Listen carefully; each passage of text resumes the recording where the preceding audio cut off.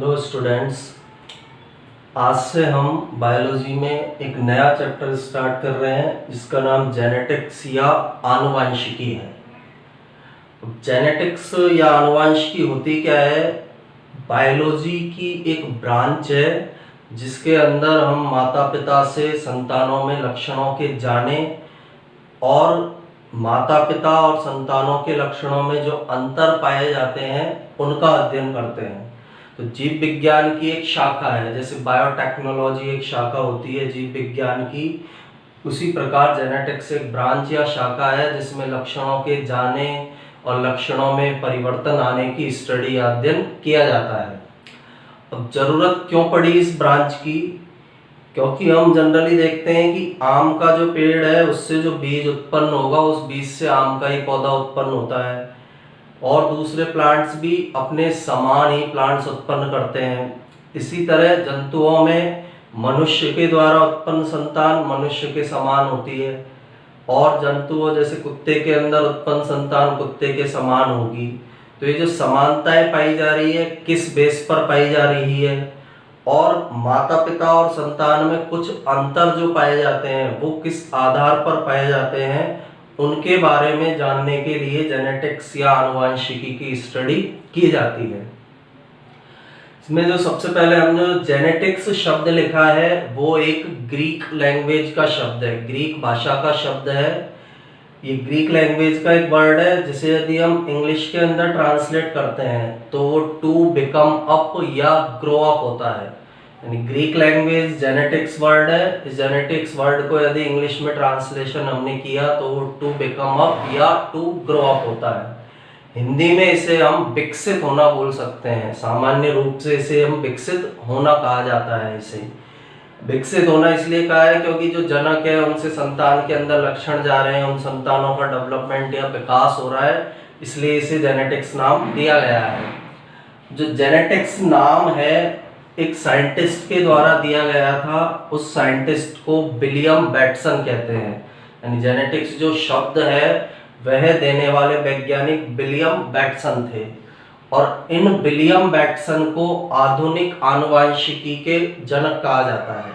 जो मेंडल है उसे हम आनुवंशिकी का जनक कहते हैं, लेकिन आधुनिक आनुवंशिकी का जनक वैज्ञानिक विलियम बैटसन को कहा जाता है, क्योंकि इन्होंने जेनेटिक्स का जो मॉडर्न पीरियड है, आधुनिक समय है, उसके अंदर अनेक महत्वपूर्ण प्रयोग किए थे।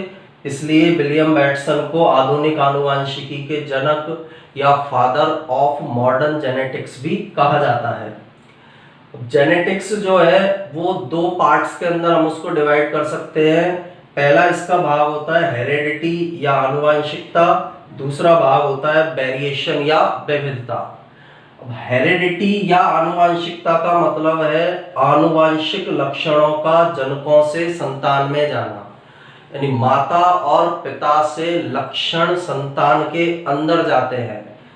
जो लक्षण एक पीढ़ी से दूसरी पीढ़ी में जा रहे हैं, माता पिता से संतान में जा रहे हैं, उसे ही हम हेरेडिटी या आनुवंशिकता कहते हैं। यानी लक्षणों का एक पीढ़ी से दूसरी पीढ़ी में जाना हेरेडिटी या आनुवंशिकता कहलाता है। सेकंड इसमें वर्ड है वेरिएशन या विविधता। अब हम देखते हैं कि जो माता पिता है उनसे उत्पन्न संतान में कुछ गुण तो माता पिता के समान होते हैं, लेकिन माता पिता से गुणों में कुछ अंतर भी पाए जाते हैं, यानी एज इट इज वो माता पिता की कॉपी नहीं होते हैं। तो जनकों और संतानों के लक्षणों में जो अंतर पाए जाते हैं उन अंतरों को हम वेरिएशन या विविधता कहते हैं। यानी जनक जैसे माता पिता है तो उनसे जो संतान उत्पन्न हुई है उस संतान के अंदर कुछ लक्षण माता पिता के होंगे, कुछ लक्षण नए होंगे। कुछ लक्षणों में माता पिता में और संतानों में अंतर पाया जाता है, तो लक्षणों के अंदर जो अंतर पाया जा रहा है उस अंतर को ही हम वेरिएशन या विविधता कहते हैं। और इन दोनों को जब हम मिला देते हैं, आनुवंशिकता प्लस विविधता, इन दोनों को मिलाकर जीव विज्ञान की जिस शाखा में इनका अध्ययन किया जाता है उसे ही जेनेटिक्स या आनुवंशिकी के नाम से जाना जाता है। तो जेनेटिक्स की परिभाषा क्या है? जीव विज्ञान की वह शाखा जिसमें आनुवंशिकता और विविधता का अध्ययन किया जाता है, उसे जेनेटिक्स या आनुवंशिकी कहते हैं। बायोलॉजी की ऐसी ब्रांच है जिसमें आनुवंशिकता और विविधता का अध्ययन करते हैं, जेनेटिक्स या आनुवंशिकी कहलाती है। अब जो वेरिएशन या विविधताएं हैं वो दो प्रकार की हो सकती है, एक आनुवंशिक विविधता, दूसरी होती है वातावरणीय विविधता। फर्स्ट वाली विविधता की हम बात करें तो आनुवंशिक विविधता लैंगिक जनन और उत्परिवर्तन के कारण उत्पन्न होती है। अब लैंगिक जनन में हमने पढ़ा है नर युग्मक और मादा युग्मक मिलते हैं। नर युग्मक आता है पिता से, मादा युग्मक आता है माता से। तो नर युग्मक में नर के लक्षण होते हैं, मादा युग्मक में मादा के लक्षण होते हैं। तो दोनों के लक्षणों का कॉम्बिनेशन होता है, दोनों के लक्षणों का मिक्स होते हैं, दोनों के लक्षण आपस में मिलते हैं, जिसके कारण लैंगिक प्रजनन से आनुवंशिक विविधता उत्पन्न होगी। दूसरा उत्परिवर्तन। उत्परिवर्तन की परिभाषा होती है जीवों के लक्षणों में अचानक होने वाले परिवर्तन, यानी कभी कभी जीवों के लक्षणों में अचानक परिवर्तन आ जाते हैं और वो परिवर्तन एक पीढ़ी से दूसरी पीढ़ी में जाने लगते हैं। उन परिवर्तनों को हम उत्परिवर्तन या म्यूटेशन कहते हैं। तो दो कारणों से आनुवंशिक विविधता उत्पन्न हो सकती है, लैंगिक प्रजनन और दूसरा कारण है उत्परिवर्तन। इनके कारण आनुवंशिक विविधता उत्पन्न होगी और आनुवंशिक विविधता एक पीढ़ी से दूसरी पीढ़ी में जाती है, यानी आनुवंशिक विविधता जनकों से संतान में जाती है, या हम ये बोल सकते हैं कि आनुवंशिक विविधता वंशानुगत होती है। एक पीढ़ी से दूसरी पीढ़ी में आनुवंशिक विविधताओं का गमन होता है। दूसरी विविधता है वातावरणीय विविधता। ऐसी विविधता जो वातावरण के कारण उत्पन्न होगी उन्हें वातावरणीय विविधता के नाम से जाना जाता है। वातावरण के कारण होने वाली विविधताओं के उदाहरण है जैसे त्वचा का रंग। जैसे गर्म प्रदेश वाली जो जगह है वहां पर गर्मी ज्यादा पड़ रही है, स्किन का कलर ब्लैक हो जाता है। तो ये लक्षण जो है यदि वो जो माता पिता है उसके ब्लैक त्वचा वाले वो यदि ठंडे प्रदेश में आ जाते हैं तो जरूरी नहीं है कि बच्चे की त्वचा का रंग भी काला हो। तो ऐसी विविधताएं जो वातावरण के कारण उत्पन्न हो रही है उन्हें हम वातावरणीय विविधताएं कहते हैं। वातावरण में रहकर जब हम कुछ विविधताओं को उत्पन्न किया जा रहा है, वातावरण के कारण उत्पन्न हो रही है, उन्हें वातावरणीय विविधता बोला जाता है। और ये वातावरणीय विविधताएं एक पीढ़ी से दूसरी पीढ़ी में नहीं जाती है, जनकों से संतान में नहीं जाती है, अर्थात ये वंशानुगत नहीं होती है। इनकी वंशागति नहीं होगी, ये जनकों से माता पिता से या जनकों से बच्चे के अंदर नहीं जाती है। तो दो प्रकार की विविधताएं आनुवांशिक और वातावरणीय। आनुवांशिक एक पीढ़ी से दूसरी पीढ़ी में जाएगी क्योंकि उसके अंदर जीनों के अंदर परिवर्तन हुआ है। वातावरणीय विविधता जो है वो एक पीढ़ी से दूसरी पीढ़ी के अंदर नहीं जाती है, अर्थात इसकी वंशानुगति नहीं होती है। इसके बाद अभी आधुनिक आनुवांशिकी के जनक पढ़ा था हमने विलियम बैटसन। तो आनुवांशिकी के जो जनक हैं वो वैज्ञानिक मेंडल को बोला जाता है। ग्रेगर जॉन मेंडल को आनुवांशिकी के जनक या फादर ऑफ जेनेटिक्स कहा जाता है। क्यों कहा जाता है?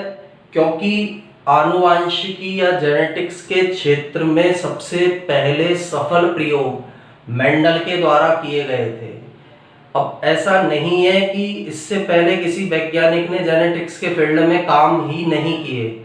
जैसे अनेक वैज्ञानिक थे, कॉलर-यूटर था, अरस्तु था, इनके द्वारा भी जेनेटिक्स के फील्ड में कार्य किए गए, लेकिन वो अपने कार्यों में सफल नहीं हो पाए। उन्होंने जो प्रयोग किए वो सफल नहीं हुए। इनके बाद मेंडल ने एक्सपेरिमेंट किए, मेंडल ने प्रयोग किए और मेंडल सफल हो गए थे। तो आनुवांशिकी की स्टार्टिंग या आनुवांशिकी का प्रारंभ सही प्रकार से मेंडल के प्रयोगों के बाद हुआ था। मेंडल ने जब अपने प्रयोग सफल किए उनके बाद आनुवांशिकी का प्रारंभ हुआ है। आनुवांशिकी के अंदर विभिन्न गुणों को पढ़ा गया है, इसलिए मेंडल को आनुवांशिकी के जनक या फादर ऑफ जेनेटिक्स के नाम से जाना जाता है। तो इसका एक ब्रीफ इंट्रोडक्शन था कि आनुवांशिकी होती क्या है, आधुनिक आनुवांशिकी के जनक कौन है, आनुवांशिकी के जनक कौन है। इसके बाद हम जेनेटिक्स के अंदर कुछ टर्म्स का यूज किया जाता है, जैसे फैक्टर है, मोनोहाइब्रिड क्रॉस है, डाईहाइब्रिड क्रॉस है, टेस्ट क्रॉस है, बैक क्रॉस है, F1PD है, F2PD है, सेल्फ पॉलिनेशन है। तो ये जो सारी टर्म्स जेनेटिक्स के अंदर काम में ली जाती है उन्हें हम जेनेटिक्स की टर्मिनोलॉजी कहते हैं। जो अब इसके बाद हम जेनेटिक्स की टर्मिनोलॉजी की स्टडी करेंगे और इसके नोट्स बनाने के लिए आप इसका स्क्रीनशॉट ले सकते हैं।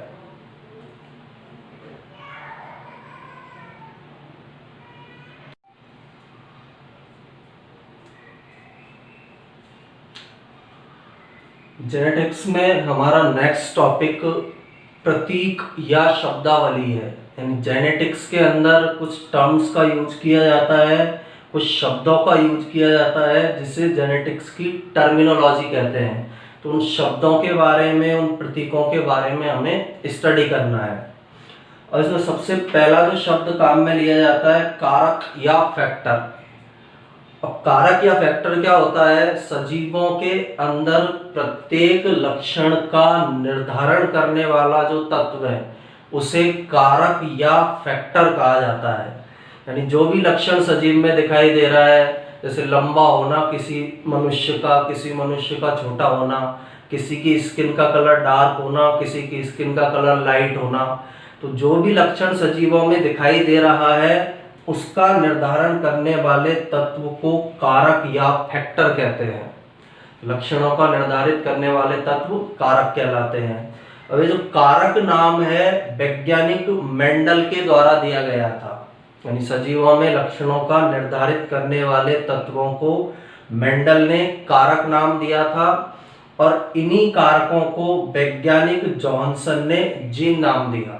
तो कारक और जीन दोनों एक दूसरे के सिमिलर हैं, इनके अंदर कोई डिफरेंस नहीं है। कारक को ही जीन कहा जाता है या हम ये बोल सकते हैं जीन को ही कारक कहा जाता है। और आधुनिक समय में कारक के स्थान पर जीन शब्द का उपयोग किया जाता है। अब जीन की डेफिनेशन क्या है? आनुवांशिकी की क्रियात्मक इकाई जो लक्षण की वंशागति और प्रदर्शन के लिए उत्तरदायी होती है।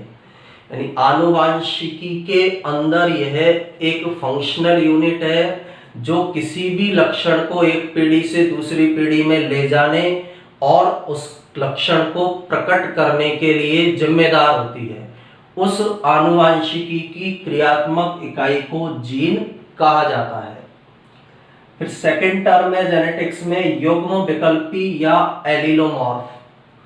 तो जो वैज्ञानिक बैटसन थे जिनके बारे में हमने पहले ही पढ़ा है, आधुनिक आनुवांशिकता के जनक, उन्होंने बताया कि एक कारक या जीन के भिन्न रूप विकल्पी कहलाते हैं। विकल्पी या इन्हें हम एलील भी बोल सकते हैं।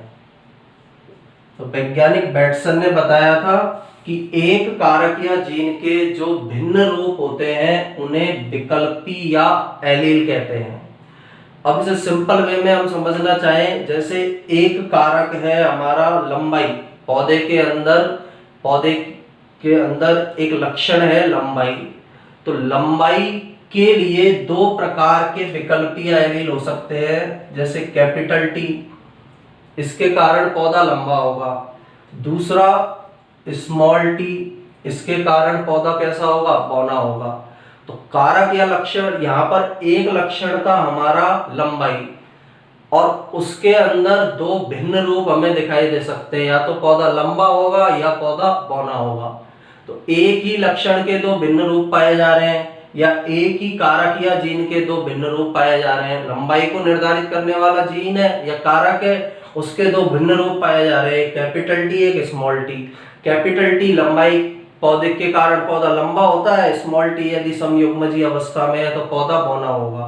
तो इस प्रकार एक ही लक्षण के या एक ही कारक या जीन के दो भिन्न रूप जो है उन्हें बैटसन ने विकल्पी या एलील नाम दिया। अब ये विकल्पी प्रभावी या अप्रभावी हो सकते हैं। प्रभावी और अप्रभावी के बारे में अभी हम आगे डिस्कशन करेंगे। प्रभावी और अप्रभावी किस प्रकार से हो सकते हैं। और विकल्पी जोड़े में पाए जाते हैं, यानी कैपिटल टी है तो वो कैपिटल टी टी इस रूप में मिलेगा, एक युग्म या पेयर के रूप में। स्मॉल टी है तो यह स्मॉल टी टी के रूप में मिलेगा।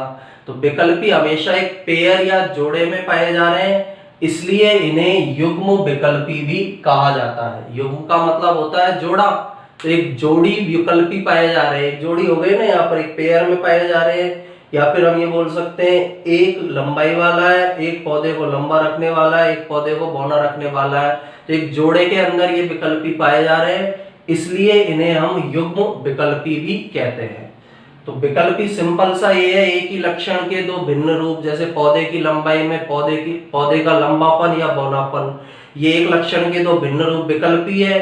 हमेशा एक पेयर में पाए जाते हैं, हमेशा एक जोड़े में पाए जाते हैं, इसलिए इन्हें युग्म विकल्पी भी कहा जाता है। फिर थर्ड हमारे इस टर्म में लक्षण प्रारूप या फिनोटाइप।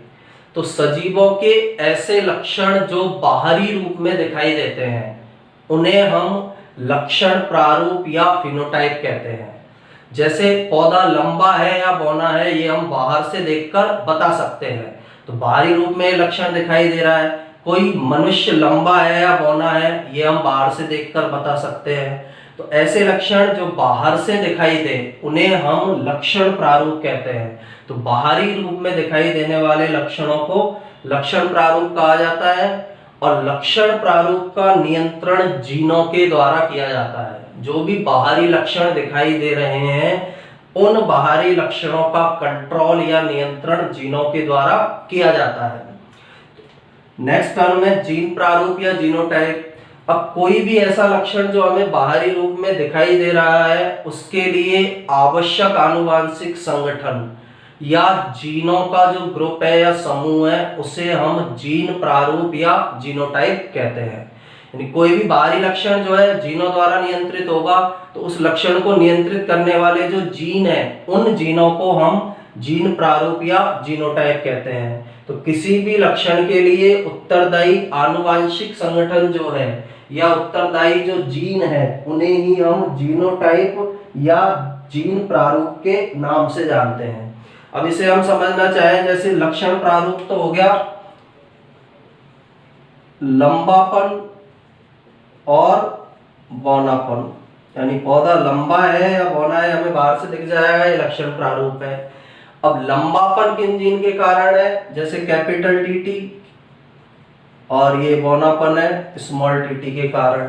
तो ये जो दिखाई दे रहा है हमें बाहर से लंबापन और बौनापन, ये लक्षण प्रारूप है। और जिन जीनों के कारण ये दिखाई दे रहा है इसे हम जीन प्रारूप या जीनोटाइप कहेंगे।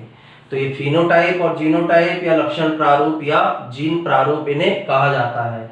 और ये दोनों शब्द फिनोटाइप और जीनोटाइप जो दोनों शब्द हैं वो दोनों शब्द वैज्ञानिक जॉनसन के द्वारा दिए गए हैं। इन दोनों शब्दों को देने वाला साइंटिस्ट भी जॉनसन है। जॉनसन नामक वैज्ञानिक ने लक्षण प्रारूप और जीन प्रारूप शब्द दिए थे। इसके बाद नेक्स्ट है टर्म समयुग्मजी या होमोजाइगस। अब होमोजाइगस क्या होता है, जब युग्म विकल्पी के दोनों कारक या जीन समान होते हैं। जैसे यहाँ हमने लिखा रखा कैपिटल टीटी स्मॉल टीटी, दोनों कारक या जीन समान है, तो इस कंडीशन को, इस अवस्था को होमोजाइगस कहा जाता है।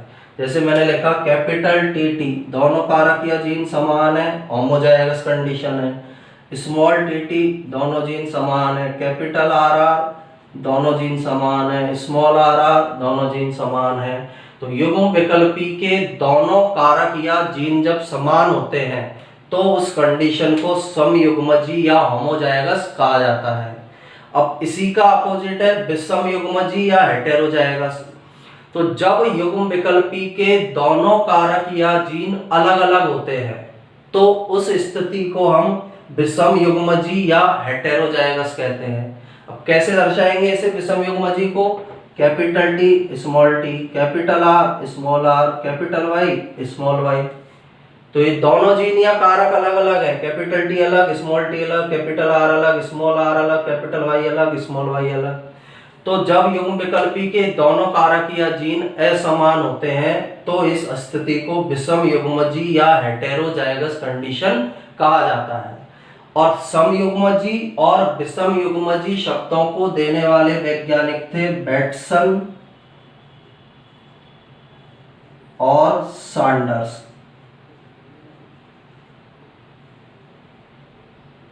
इन दोनों वैज्ञानिकों के द्वारा समयुग्मजी और विषमयुग्मजी शब्दों को दिया गया था। बैटसन के द्वारा और सैंडर्स, दो वैज्ञानिक हैं, इनके द्वारा समयुग्मजी और विषमयुग्मजी शब्द दिए गए हैं। इसके बाद प्रभावी और अप्रभावी। अब प्रभावी और अप्रभावी में क्या अंतर होता है? ऐसे युग्म विकल्पी जो एक असमान विकल्पी की उपस्थिति में भी अपना प्रभाव दिखा देते हैं तो उन्हें हम बोलेंगे प्रभावी। और ऐसे युग्म विकल्पी जो केवल समान विकल्पी उपस्थित होने पर ही अपना प्रभाव दिखा सकते हैं उन्हें हम बोलेंगे अप्रभावी। अब इसको एक एग्जांपल, जैसे ये हमें दिखाई दे रहा है कैपिटल टी कैपिटल टी, इसी को हम अगर चेंज करके लिखें, जैसे हमारे पास है genotype capital T small T, दूसरा जीनोटाइप है स्मॉल टी। तो यहाँ ऊपर वाला जो हमें दिखाई दे रहा है कैपिटल टी स्मॉल टी, यहाँ एक ये विकल्पी है एक ये विकल्पी है, दोनों एक दूसरे से असमान है, लेकिन फिर भी युग्म विकल्पी है असमान विकल्पी है, लेकिन यहाँ कैपिटल टी जीन अपना प्रभाव दिखाएगा। इसलिए जो कैपिटल टी जीन है वो एक प्रकार का प्रभावी विकल्पी होता है, जबकि नीचे हमने लिखा है स्मॉल टी। यहाँ केवल जब दो टी होंगे तो ही पौधा क्या होगा? बौना। जबकि कैपिटल टी वाले में क्या है? कैपिटल टी है, दोनों जीन समान है तो भी अपना प्रभाव दिखाएगा, और एक जीन अलग है तो भी यह अपना क्या दिखाता है? प्रभाव दिखाता है। तो ये डेफिनेशन हमने पढ़ी है, ऐसे युग्म विकल्पी जो एक असमान विकल्पी की उपस्थिति में भी अपना प्रभाव दिखाते हैं। यहाँ कैपिटल टी था, समान था तो भी पौधा लंबा था, कैपिटल टी स्मॉल टी है तो भी पौधा लंबा है। तो जो कैपिटल टी जीन है वो असमान विकल्पी की उपस्थिति में भी अपना प्रभाव दिखा रहा है, इसलिए इसे बोला जाता है प्रभावी या डोमिनेंट। दूसरा, ऐसे युग्म विकल्पी जो केवल समान विकल्पी की उपस्थिति में ही अपना प्रभाव दिखाते हैं, इसका एग्जाम्पल है स्मॉल टी। स्मॉल टी के साथ जब तक स्मॉल टी जीन नहीं होगा, युग्म विकल्पी में दोनों स्मॉल टी नहीं होंगे, तब तक पौधा बौना नहीं होगा। तो ये हमेशा केवल समान विकल्पी है तो अपना प्रभाव दिखाता है, इसलिए इसे अप्रभावी या रिसेसिव कहा जाता है। तो ये कुछ टर्म्स है, इनके बाद और टर्म्स है जिनकी हम आगे स्टडी करेंगे। इसका भी आप स्क्रीनशॉट लेकर इसके नोट्स बना सकते हैं।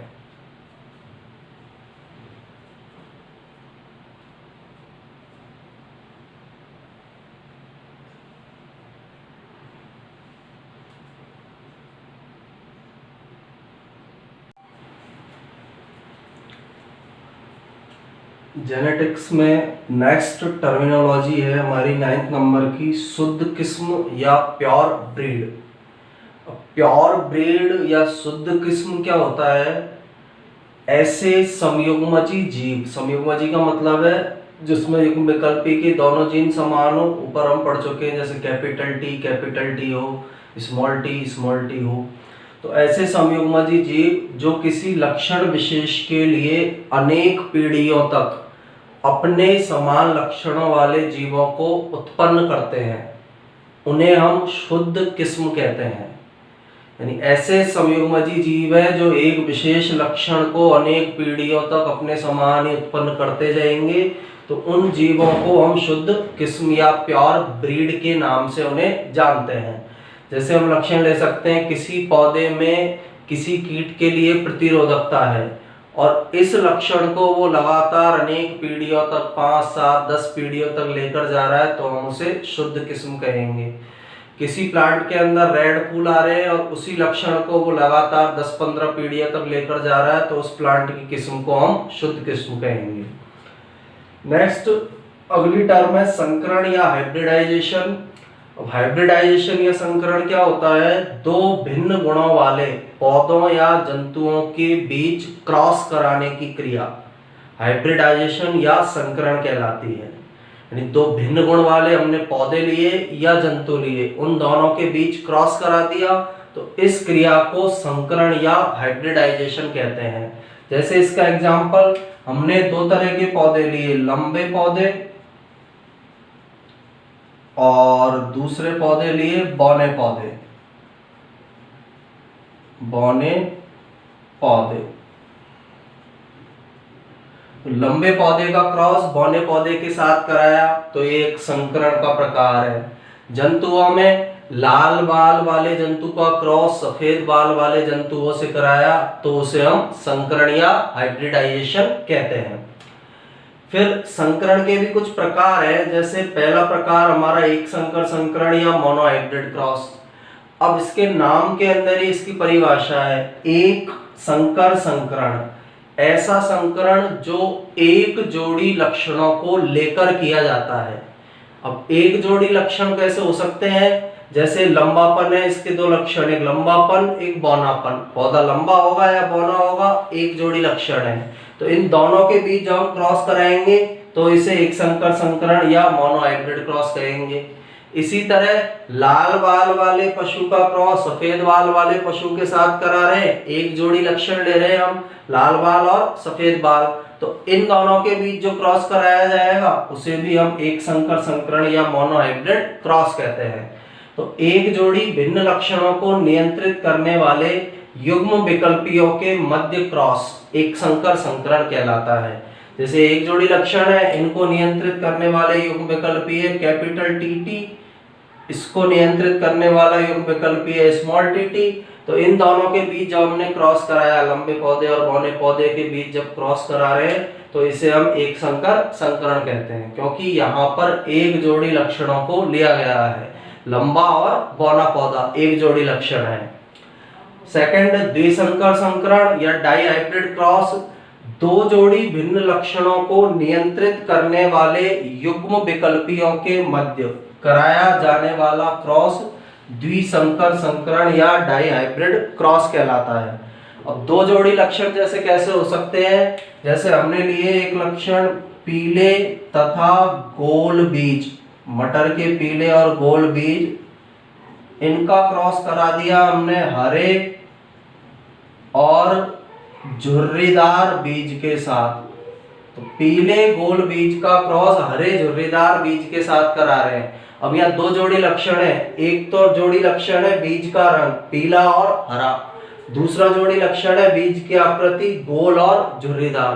तो दो जोड़ी लक्षणों को लेकर उनके युग्म विकल्पियों के मध्य, जैसे इसके युग्म विकल्पी होंगे capital Y Y capital R R, इसके युग्म विकल्पी होंगे small Y Y small R R, तो इनके युग्म विकल्पियों के मध्य जब हम क्रॉस करा देते हैं तो इसे द्विसंकर संकरण कहते हैं।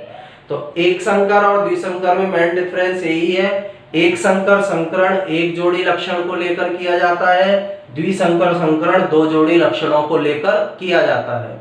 इनके बारे में अभी हम आगे डिस्कशन और करेंगे, इनके बारे में हमें डिटेल में पढ़ना है, एक संकर संकरण कैसे होता है और द्विसंकर संकरण कैसे होता है। अभी यहाँ केवल इतना याद रखना है, एक जोड़ी लक्षण को लेकर किया जाने वाला क्रॉस एक संकर संकरण कहलाता है, दो जोड़ी लक्षणों को लेकर किया जाने वाला क्रॉस द्विसंकर संकरण कहलाता है।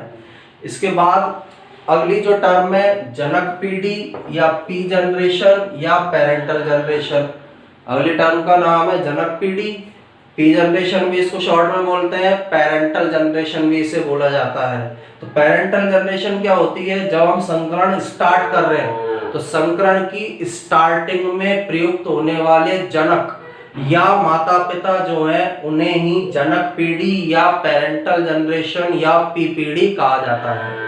इसी में वही एग्जांपल, जैसे लंबे पौधे लिए हमने और दूसरा पौधा लिया बौने पौधे, एक लंबे पौधा एक दूसरा कौन सा लिया है बौना पौधा, और इनको लेकर हमने संकरण को स्टार्ट किया। तो लंबा पौधा और बौना पौधा दोनों पी जनरेशन या जनक पीढ़ी या पेरेंटल जनरेशन कहलाते हैं। तो किसी भी संकरण को स्टार्ट करने के लिए जिन पौधों को लिया जा रहा है, जिन जनकों को लिया जा रहा है, जिन माता पिता को लिया जा रहा है, उसे हम पी जनरेशन या जनक पीढ़ी कहते हैं।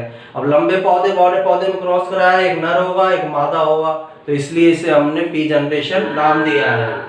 इसके बाद नेक्स्ट है F1 पीढ़ी, फर्स्ट फिलियल जनरेशन भी इसे बोलते हैं, प्रथम संतानीय पीढ़ी भी इसे बोला जाता है। इसे ही फर्स्ट फिलियल जनरेशन प्रथम संतानीय पीढ़ी बोलते हैं और शॉर्ट में इसे F1 पीढ़ी बोला जाता है। अब F1 पीढ़ी क्या होती है? दो जनकों के बीच संकरण से उत्पन्न होने वाली संतति। जैसे इन दोनों के बीच क्रॉस कराया तो हमें इनसे उत्पन्न संतति लंबे पौधे प्राप्त हुए, यानी इन दोनों के बीच क्रॉस कराने से लंबे पौधे हमें प्राप्त हो रहे हैं, तो वो लंबे पौधे F1 जनरेशन या F1 पीढ़ी कहलाते हैं। इन लंबे पौधों को हम F1 जनरेशन या F1 पीढ़ी कहेंगे। पेरेंटल जनरेशन में लंबे पौधे थे, इनका क्रॉस बौने पौधे से कराया, हमको इन दोनों के क्रॉस से जो संतान प्राप्त हुई उसे हमने F1 जनरेशन या F1 पीढ़ी नाम दिया। तो जो दोनों लंबे पौधे बौने पौधे के क्रॉस कराने से हमें लंबे पौधे प्राप्त हो रहे हैं, वो F1 जनरेशन के पौधे कहलाते हैं।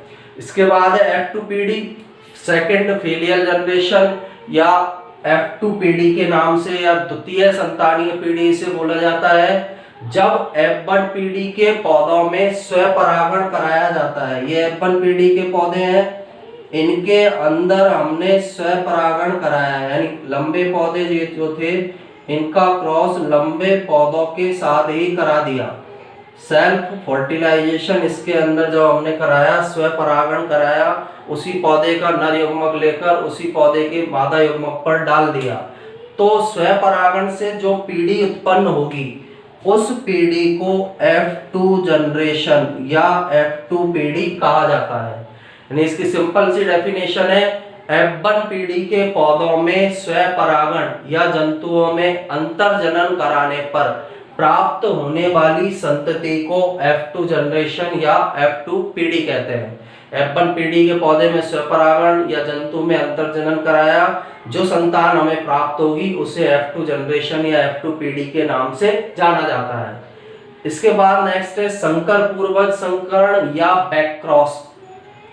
तो बैक क्रॉस क्या होता है? देखिए, जब F1 पीढ़ी की संतति का संकरण किसी भी जनक के साथ कराया जाता है। जनक दो प्रकार के होते हैं, एक प्रभावी जनक और दूसरा होता है अप्रभावी जनक।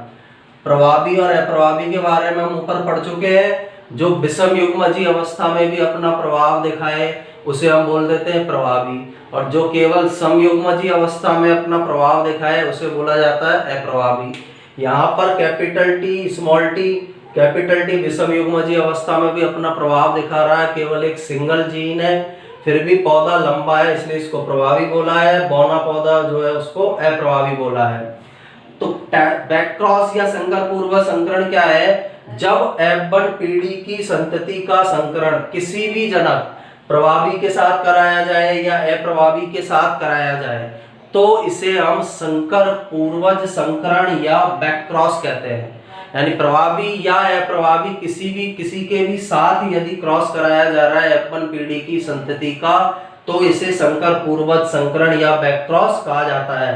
इसमें इसके साथ भी हम क्रॉस करा सकते हैं, इसके साथ भी हम क्रॉस करा सकते हैं, तो इसे हम बैक क्रॉस बोलेंगे या संकर पूर्वज संकरण बोलेंगे। अब दूसरा इसका जो नेक्स्ट है टेस्ट क्रॉस या परीक्षण संकरण। जब F1 पीढ़ी की संतति का संकरण, F1 पीढ़ी की संतति का संकरण केवल अप्रभावी जनक के साथ कराया जाता है। F1 पीढ़ी की संतति का संकरण केवल अप्रभावी जनक के साथ कराया जाता है, तो इसे हम परीक्षण संकरण या टेस्ट क्रॉस कहते हैं। किसी के भी साथ करा रहे हैं तो ये बैक क्रॉस है, कोई सा भी क्रॉस हमने कराया किसी के भी साथ करा रहे हैं तो वो बैक क्रॉस है। लेकिन यदि F1 पीढ़ी की संतति का संकरण हम अप्रभावी जनक के साथ कराते हैं तो उसे टेस्ट क्रॉस या परीक्षण संकरण के नाम से जाना जाता है। या हम दूसरे वे में ये बोल सकते हैं, हर टेस्ट क्रॉस एक प्रकार का बैक क्रॉस होता है। हर जो परीक्षण संकरण है वो एक प्रकार का संकर पूर्वज संकरण होता है। यानी इसी का एक प्रकार है। बैक क्रॉस में हम दोनों में से किसी के भी साथ करा रहे थे, टेस्ट क्रॉस में हम केवल F1 पीढ़ी की संतति का संकरण किससे करा रहे हैं? अप्रभावी जनक के साथ। तो हर टेस्ट क्रॉस एक प्रकार से बैक क्रॉस ही होता है। और टेस्ट क्रॉस क्यों किया जाता है? पौधा समयुग्मजी है या विषमयुग्मजी है, जंतु समयुग्मजी है या विषमयुग्मजी है, इसे पता करने के लिए टेस्ट क्रॉस या परीक्षण संकरण कराया जाता है। इन दोनों टेस्ट क्रॉस और बैक क्रॉस का भी हम आगे स्टडी करेंगे, किस तरह से संपन्न होते हैं, किस तरह के जीनोटाइप, किस तरह के फिनोटाइप इसमें हमें दिखाई देते हैं।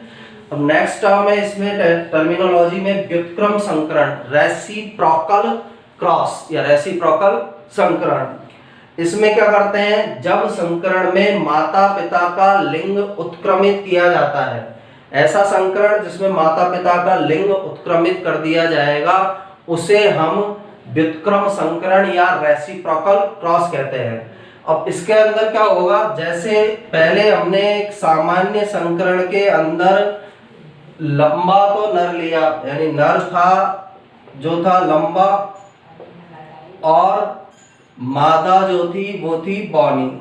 तो इस प्रकार के हमने जनक लिए, इनके बीच क्रॉस करा दिया, ये सामान्य संकरण है। अब इसी का जब उल्टा कर दिया जाएगा, यानी व्युत्क्रम संकरण के अंदर इसका जस्ट अपोजिट कर देते हैं। व्युत्क्रम संकरण में नर लिया जाएगा बौना और मादा ली जाएगी लंबी। तो उल्टा हो गया ना, यहाँ पर पहले नर लंबा था, मादा बौनी थी, इस क्रॉस में उल्टा कर देते हैं, जस्ट इसका अपोजिट। नर जो पौधा लेंगे या नर जो जंतु लेंगे वो बौना होगा, मादा जो पौधा या जंतु होगा वो लंबी होगी। तो जब गुणों को हमने उल्टा कर दिया है, नर के लक्षण मादा के लिए हैं, मादा के लक्षण नर के लिए हैं, तो इस प्रकार के क्रॉस को व्युत्क्रम संकरण या रेसिप्रोकल क्रॉस के नाम से जाना जाता है। तो ये कुछ टर्म्स है, मेन इंपॉर्टेंट टर्मिनोलॉजी है जेनेटिक्स की, जिनका यूज आगे हम अभी एक संकर संकरण पढ़ेंगे, द्विसंकर संकरण पढ़ेंगे, उनके आधार पर मेंडल के नियम पढ़ेंगे, तो उनके अंतर्गत किया जाता है। इसलिए इन टर्मिनोलॉजी के बारे में हम सबको पता होना जरूरी है। इन टर्मिनोलॉजी को आप अच्छे से समझकर और सीख लीजिए, क्योंकि इसका यूज हम एक संकर संकरण, द्विसंकर संकरण, अपूर्ण प्रभाविता, पूर्ण प्रभाविता, बहुयुग्म विकल्पता, उन सब जो एक्सपेरिमेंट हमें आगे पढ़ने हैं, उन एक्सपेरिमेंट के अंदर इस टर्मिनोलॉजी का हम यूज करेंगे। इसके भी नोट्स बनाने के लिए आप इसका स्क्रीनशॉट ले सकते हैं।